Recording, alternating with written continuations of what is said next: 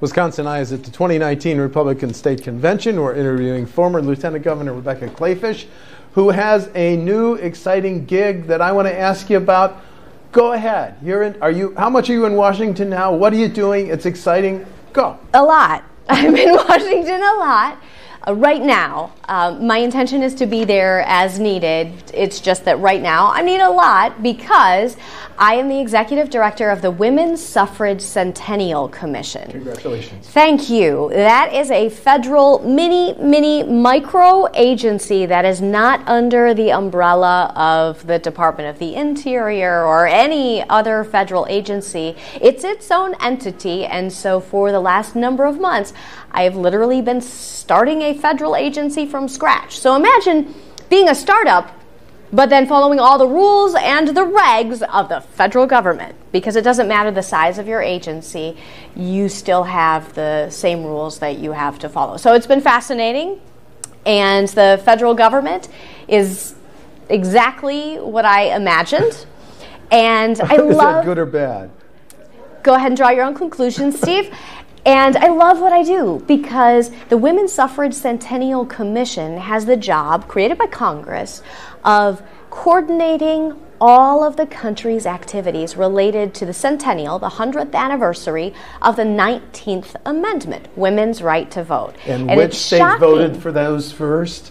Thank you. The state of Wisconsin voted to ratify the 19th Amendment first. Because Illinois' wording was wrong. But go ahead. You know, the story goes that actually we're number one. We are number one. It is the day that we made a routine out of beating Illinois. So the world is welcome because that was, I think, an epic win for the state of Wisconsin, but additionally for all the women of America, because do you believe that it has only been 100 years that women have had the right to vote in the United States of America? It's shocking when you think about it. Yeah, it really is. So you had to build a mini federal agency from scratch. Yes. And you have a budget of? $4 million. $4 million. And is it funded by Congress? Is it funded? It is appropriated by the federal government. Is it affected by things like shutdowns? During the shutdown, I was one of the few government employees still working. And it was fascinating because some of the things that you could usually lean into the expertise of a variety of federal workers that had experience in, say, publishing a meeting notice in the Federal Register, all of a sudden there was no one to call. And so I figured it out myself. But you know what? From my past job, I'm used to being nimble. I'm used to trying my very hardest to be small but mighty and making sure that taxpayers always get a good value. Customer service was always very important to me as Lieutenant Governor of Wisconsin, and delivering a good value for taxpayer dollar was always a priority. And I think that that's what we're going to do here with the Women's Suffrage Centennial Commission. We're running it in a very similar way that I ran my Lieutenant Governor's office, and I think people are going to be really pleased. We have our first two really huge centennials coming up. May 21 is when you'll see the United States House, and June 4 is when you'll see the United States Senate commemorate to the date the 100-year anniversary of the passage of the 19th Amendment out of those chambers. And you're going to see something really unique out of the U.S. Congress, everyone doing the same thing, Steve. We're going to reaffirm the 19th Amendment, and the members are all going to be wearing yellow roses on their lapels. This harkens back to the 36th and final state to ratify the 19th Amendment, Tennessee. You've probably heard of the War of the Roses, which didn't happen in America. This is the American War of the Roses we're talking about. In Tennessee, heat of August, 1920, the suffragists, those who wanted women to have the right to vote, all wore yellow roses on their dresses and lapels and encouraged legislators who were about to vote whether to ratify the 19th Amendment to do the same. So they essentially marked their territory. Those who were anti-suffrage, didn't want women to vote, wore red roses and encouraged the like sign. So on the day of the vote, the whole chamber was practically abloom with roses. Everyone was wearing them. And the speaker, who was against suffrage, wore a red rose. could look across the gallery the same as anyone else and see who was there, and then look at the floor and see that the red roses outnumbered the yellow. And he decided to call the roll. But to add to the suspense, just as everyone voted with the like sign of their rose, all the red ones voted no, all the yellow ones voted yes, there was a kind of a pause. A young legislator, 24 years old, voted, your red rose, voted yes. Okay. And changed the path of Tennessee, hastened American history, and it ends up that this young man, Harry Byrne, wore a red rose, certainly on his lapel, but just under that lapel in his breast pocket, he carried a letter from his mother urging him to vote for women's rights. Mother knows best, Steve. That's fascinating. So everyone will wear those yellow roses. Watch for it. In the second week of last November, you were looking for another career challenge. How did this new opportunity come up? I was the chairman at the time of the Women's Suffrage Centennial Commission, and as I made my calls and started exploring options and was weighing a number of different opportunities, this kind of tugged at my heart, because you know that every year from the Lieutenant Governor's office we usually take on some sort of national chairmanship. Last year it was the Aerospace States Association. Yeah. We try and leave the organization with more members, better visibility, and in really good shape.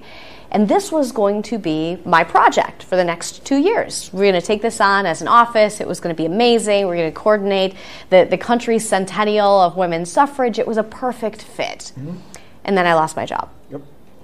And as I'm looking at these other job opportunities, I'm reflecting, how am I going to do what I wanted to do, execute it to the level of professionalism and efficiency and efficacy, beauty, memorability that I had planned, if I'm not right there? Because by this time I had already done all of the vision casting documents. Yep. And I had started making calls. And after reflecting, I thought, there's not one of these jobs that's going to permit me the time that I need in order to make this what I want. And I decided that I was going to resign from the commission, and I was going to resign my chairmanship, and I was going to apply for the executive director job. Well, as a former journalist, you are well aware of the power of story. How are you going to use the power of story to tell what it meant to women when they got the right to vote across America and in Wisconsin? Steve, this was all about stories. When the suffragists got on trains and used automobiles and stationed themselves on soapboxes and street corners in order to tell compelling stories of why they needed the vote, that's how they convinced people to listen to them, first of all, and that's how they convinced all male legislators at the time to give them this opportunity for enfranchisement. If they hadn't told compelling stories, if they hadn't produced compelling images, there is no way they would have gotten what truly they needed in order to protect their lives and livelihoods. Because you're going to have to remember that at that time, 100 years ago in America, women didn't have a ton of rights in the way we look at our lives today. If you were widowed or if you were single, your right to your own wage was even in question. If for some reason your husband was no longer there, your right to raise your own kids was all of a sudden in question. And if you want to talk about the very American ideal of no taxation without representation, well, my goodness, these female wage earners were going out and working hard in order to produce for the American economy and definitely survive in their own households, but they weren't represented. They didn't have a choice. And so what enfranchisement would have done in that moment is empower women with a voice at the ballot box. Is there one story that has captured your heart? Is there one woman, have you heard one anecdote that you want to share right now? Oh, golly. That really broke your heart in terms of what it meant for this woman to get the right to vote? And if none comes to mind, I'll ask another question. Well, there are a ton of those stories, and incidentally, Susan B. Anthony, after whom the 19th Amendment is named, it's called the Susan B. Anthony Amendment, did not live to see the passage of the 19th, nor did Elizabeth Cady Stanton. I think the tenuous hour at which these women lived, and men, I mean, there were plenty of men who were suffrage activists, shows us just how controversial this was. When I think about the most controversial movement in Wisconsin history, you know, at first I think, well, golly, it was my recall. I was the only lieutenant governor in American history to face a recall election. Surely it was that moment. And then when I get reflective, in 1912, you know, we tried to put women's suffrage and enfranchisement into law. It failed. It did. Big. And so this was terribly controversial. But additionally controversial was the tension between the suffrage activists who wanted women's rights put first and those suffrage activists who wanted to enshrine those voting rights for all Americans. Now remember this time period, yes, just post-Civil War. Frederick Douglass was a suffragist. In fact, in 1848, Frederick Douglass was one of the speakers at the first ever Women's Rights Convention in Seneca Falls, New York. 1848, he was one of the ones who was there witnessing the Declaration of Sentiments, was almost like a Declaration of Independence for women voters and those men who stood with them. Frederick Douglass was a great human being, not just a great orator, not just an advisor of presidents, but also someone who fought for true equality. And there was a parting of the ways between Susan B. Anthony and Elizabeth Cady Stanton, those early suffrage movement leaders, and Frederick Douglass when he said, listen, I'm going to have to go with the 15th Amendment here because for black men to get the right to vote literally is protecting our lives. You guys aren't worried about walking down the street and winding up the day, completing the journey with your spouse crying over your death. Yeah. That was America in that moment. And you know, Elizabeth Cady Stanton and Susan B. Anthony said, no, we're going to prioritize the women's vote. And so, you know, there was tension in that moment, and I'm pleased to say that it was resolved before their deaths. And in fact, they remained close. Susan B. Anthony delivered the eulogy at Frederick Douglass's funeral. But I think those stories, though they may not be those wonderful TV news stories where people end up crying tears of joy, those stories are the ones that allow you to think, well, America today may be really imperfect, and we may really disagree on a lot of things, but my goodness, there are so many people who are willing to give their lives and livelihoods so that we have the opportunities and those constitutional rights that make us the greatest country on earth. You're about to give a speech noting that Wisconsin was the first to ratify. Call the roll of a few heroes in Wisconsin who really led the fight for passage. Their names. Well, Olympia Brown is one that I think has a story that resonates with a lot of people. Very, very early. I mean, we're talking, 100 years ago now. She was actually a pastor of a church. I mean, talk about a tough female leader in her community, scene-based. And she kind of had the same idea as Susan B. Anthony, that she was a citizen. And Susan B. Anthony said, I'm a citizen, I am voting under the 14th Amendment. She went out, voted for president. She wrote a letter to her friend Elizabeth Cady Stanton saying, I just voted for president, straight ticket Republican. And obviously she was hauled off, and she went to jail, the whole bit. And it ended up, she had every hope that she would be able to battle this all the way to the Supreme Court, and she would be able to enshrine women's voting rights, because it wasn't happening in a legislative way.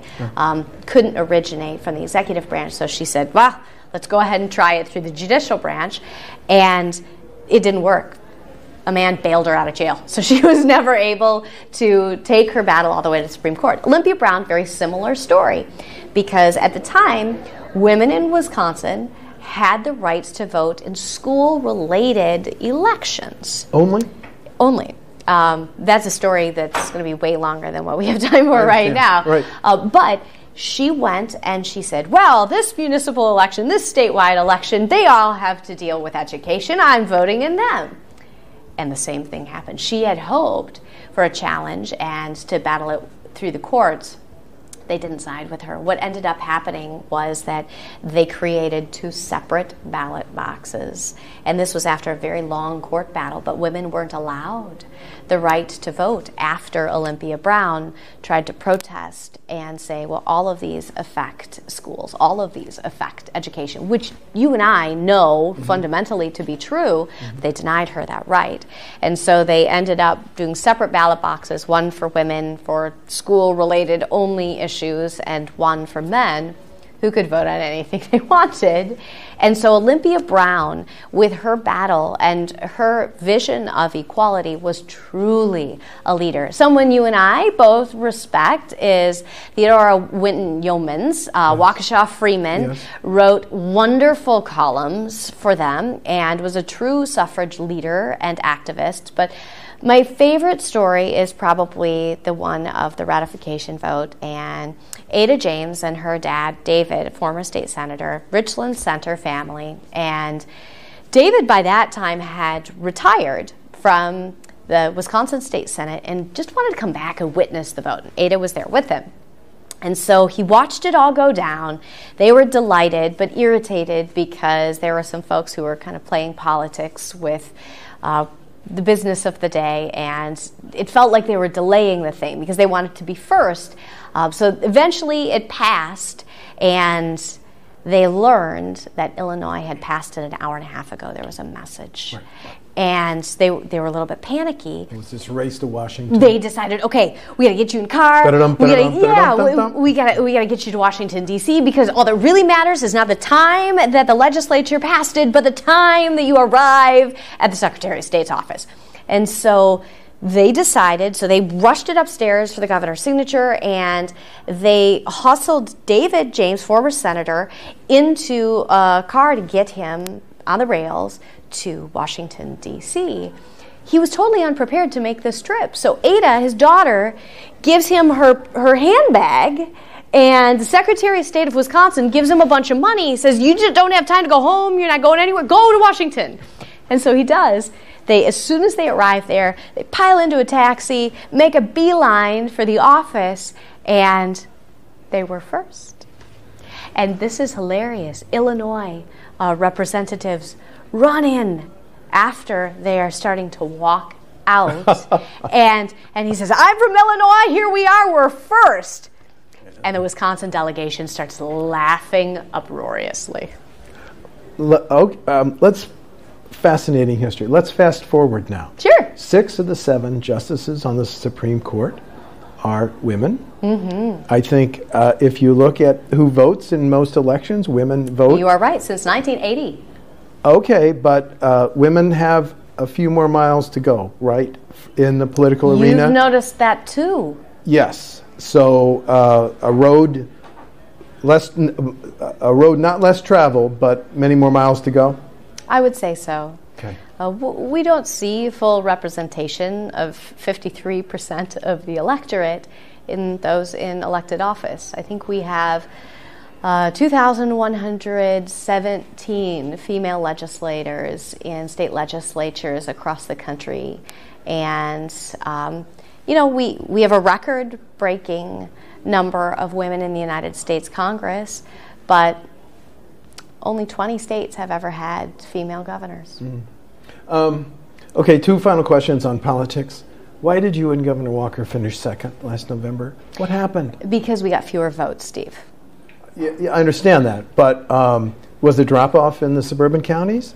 Well, I think the evidence, the data points to that, and so we didn't make enough of a connection with some of the voters that we needed to make a connection with. But you know me, I don't bank on a certain group of people, and I also don't discount the potential of winning a vote from a different group of people. I think that this is a race of policy ideas. And if you don't communicate enough and succinctly with all of your voters, that it's very, very challenging for you to convince them to bother to come out and vote. And so my hope is that through this convention and through the discussions that I will give over the next 2 years, we will continue to see a surge in the numbers of women who choose to exercise their right to vote and the 19th Amendment, because there are few things that would be more rewarding to me than to see women come out and vote in the numbers. 8 years as lieutenant governor. Train you to be ready to be governor someday? I have to give a speech. It was so good to see you, Steve. And your name should be on a list of those who might. You don't want it. You don't want it off that list, do you? I don't want to make you late, but it seems that's. I know that it seems like yes you're socially awkwardly keeping me here, though. Oh, really? Doesn't it feel it? Yeah, I feel like. Would that. you like to be governor? I feel like I would love to do a really good job of my current job, and I would love for this interview to end on the note of you and everyone watching go to womensvote100.org in order to check out all of the amazing ways you can commemorate the centennial of women's suffrage, the 19th Amendment, across the country. Congratulations on your new position. Thanks, man. Thank you very much, Rebecca. It's good to see you. Good luck. Thanks.